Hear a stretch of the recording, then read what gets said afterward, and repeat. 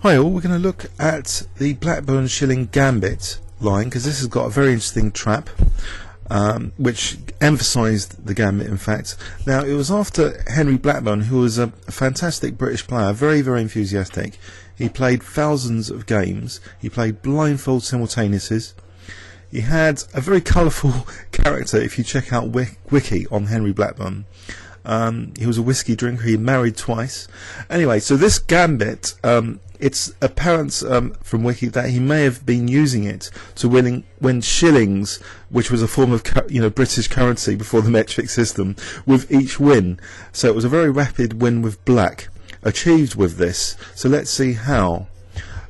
So e4, e5, normal natural moves that you'd expect from most players to play knight f3. So he defended his pawn. But now, after bishop c4, instead of a bog standard move like knight f6 or bishop c5, he played this very cheeky move, which actually in theory compromises black's position quite significantly. But let's go splat into the splat line first.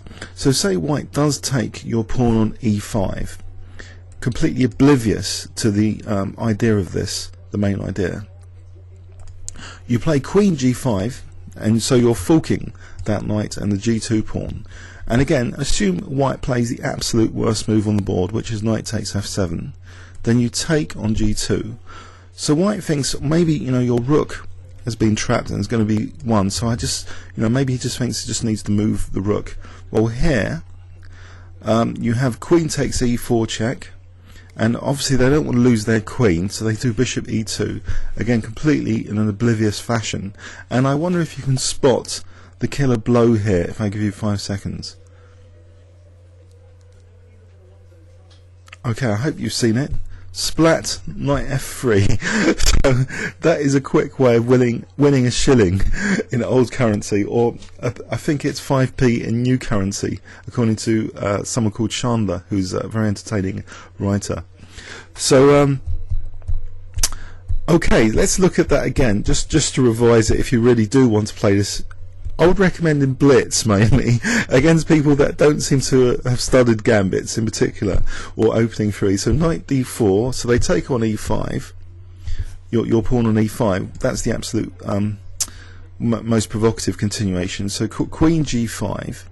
So say they play knight takes f7, you take on g2. They take you.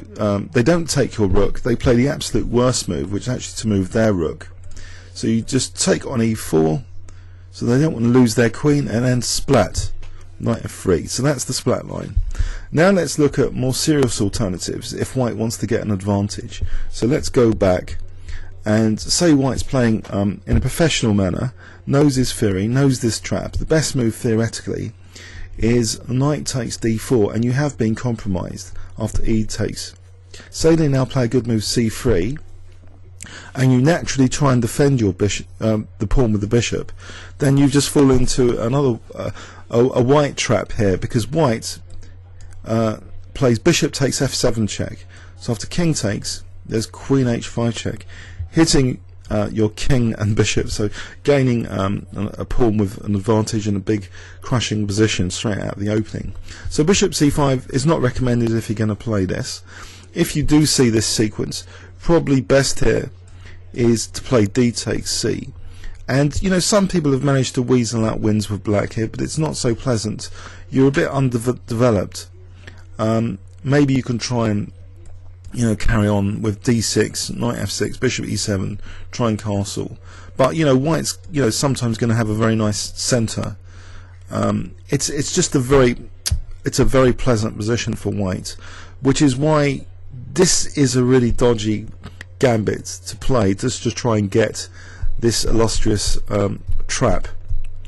Okay, but also let's note that after knight takes e5, you're not even out of the woods here after queen g5. Say white didn't play knight takes f7, but the stronger bishop takes f7. Now there seems to be some confusion when I've been researching this, that even if black plays king e7, the confusion is that that black's actually clearly better. This is not the case. Black really has to play king d8 here. King e7, and white's going to get significant compensation just by castling because of this pawn mass in the centre. So say queen takes, bishop takes, rook takes, c3, knight moves back. Now white can simply play d4, and you're running into trouble because, you know, there's going to be f4, maybe f5, e5 pretty soon, and it starts to look like one of those Vienna Gambit situations where white's got this mass of pawns coming for you, ample compensation for the piece. For example, queen takes e4, rook e1, queen moves, there's d5, winning piece already, and your king's still stuck in the centre.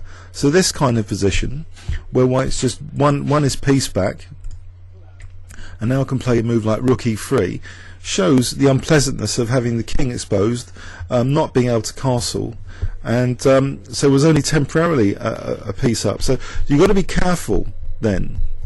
Let's have a look at this.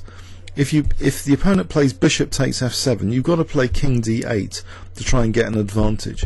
But even here, it's not too, you know, clear cut. Say white castles queen takes, you can carry on again with c3 and maybe protect the pawn first and get the bishop out and start, you know, marching these pawns. So it's not completely clear cut, that line. So let's go back. So we're saying now that after knight d4, white, if he's feeling adventurous, can in fact play knight takes e5 if he has this idea of bishop takes f7 here. He can have a fun game if he really wants. If he wants a disastrous game, knight takes f7. There's one other line here, queen takes g2. Say you didn't move the rook, just snapped up your rook. Then you just take on h1, you drag the bishop back, you take on e4, you play check, and here, after king f1, there's a killer move. Well, there's two killer moves. d5 is pretty strong, or bishop c5. Sorry, not in this position after check, because you'd be losing your f3. You play d5 or bishop c5 here. For example, bishop c5. Now say d3, you play check, and now you're safe to leave that knight and pre with this move, queen h4. So the bishop can't take the knight because of queen f2 mate, and you're also threatening queen h3 mate because the knight's actually stopping these two squares. So just to recap on that, in this terrible knight takes f7 line, so say they snap up your rook, you just take on h1, you take on e4, and then you play the move, the killer move, bishop c5 here. So bishop c5 is the most incisive move, I think, stronger than d5, because it actually leads to a forced mate virtually. When I was checking it with an engine earlier, it's almost a forced mate, this position, in about 9. When I say almost, I think it is a forced mate in 9. So you know, king f1, there's queen h1, f3 you can just like take, and then queen h4 again. So this is totally hopeless. But beware though, as I say, whites can play in this position bishop takes f7, where white is sacrificing a piece, playing a kind of piece sacrifice gambit to get a massive centre pawns potentially. So the whole thing's fairly risky. The easiest way for white to gain advantage is knight takes d4. White could also just simply castle as well with advantage, because you're breaking a fundamental rule of development. You're moving this piece several times. You know, imagine if white just castles, you're taking again, queen takes, you know, there's been master games in this. White aims for d4 to exert more pressure on the d file. White's got a lead in development. It's uncomfortable. So anyway, I hope you enjoyed that, and maybe you might risk it in blitz games. I wouldn't recommend it in any other context. Please leave any comments or questions on YouTube. Thanks very much.